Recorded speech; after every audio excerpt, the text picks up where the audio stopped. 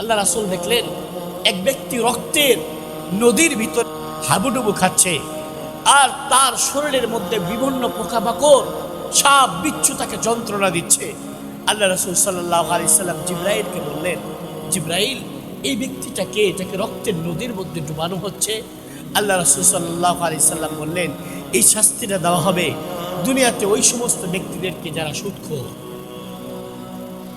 যারা অন্যের রক্ত ঘামানো টাকা, রক্ত ঘামানো উপার্জনের টাকা বসে বসে এনজিওর নামে, সুদের নামে মানুষের কাছ থেকে আত্মসাৎ করে, ওই সমস্ত ব্যক্তিদেরকে কাল কিয়ামতের মাঠে ওঠার আগের থেকে তাদের এই জাহান্নামের ভিতরে এবং এই শাস্তির ব্যবস্থা করে রেখেছেন আল্লাহ পাক রব্বুল আলামিন। বলেন না নাউজুবিল্লাহ।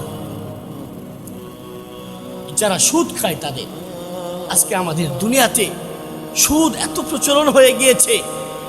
বোরকা পরে আমি একটা মাদ্রাসা করেছি, মাদ্রাসার পাশেই হলো এনজিও মহিলা মাদ্রাসা। আমি সেখানে দেখি বোরকা পরা মহিলা, মাথায় টুপি দেওয়া পাঞ্জাবি পরা মুরব্বী এখানে এসে এনজিও থেকে টাকা উঠাইতেছে, হাসতে হাসতে চলে যাচ্ছে। আমার মনের মধ্যে খারাপ লাগে, আল্লাহর কসম। আমি তাদেরকে মনে মনে আমি বলি, আফসোস, তুমি যে সুদের টাকা নিচ্ছ, যে সুদের ব্যাপারে এত কঠিন আয়াত আল্লাহ নাযিল করেছেন। আল্লাহ বলেছেন, আল্লাযীনা ইয়াকুলুনা রিবা, যারা সুদ গ্রহণ করে, যারা সুদ প্রদান করে, তারা যেন প্রস্তুত থাকে কাল কিয়ামতের ময়দানে আমি আর আমার রাসূলের সাথে যুদ্ধ করার জন্য। বলেন না নাউজুবিল্লাহ। পারবে কেউ আল্লাহ রাসূলের সাথে যুদ্ধ করতে? সেই সুদের টাকা নিচ্ছে, হাসতে হাসতে বের হয়ে যাচ্ছে।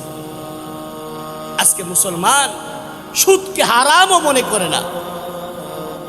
এই জন্য প্রিয় ভাই, চলুন, জীবনের একদিন আমাদের জীবন শেষ হয়ে যাবে, কেউ আমরা চিরদিন থাকবো না। হয়তোবা সুদ থেকে টাকা নিয়ে কোটি কোটি টাকা ব্যালেন্স করব, কিন্তু যাওয়ার সময় তো কেউই থাকতে পারবো না।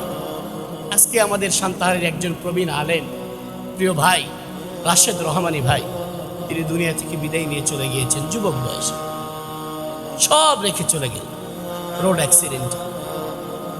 আমরাও একদিন দুনিয়া থেকে চলে যাব। একদিন এক লোকমা খাবার কম হলো, তারপরও তো সুদের টাকা না নেই ভাই।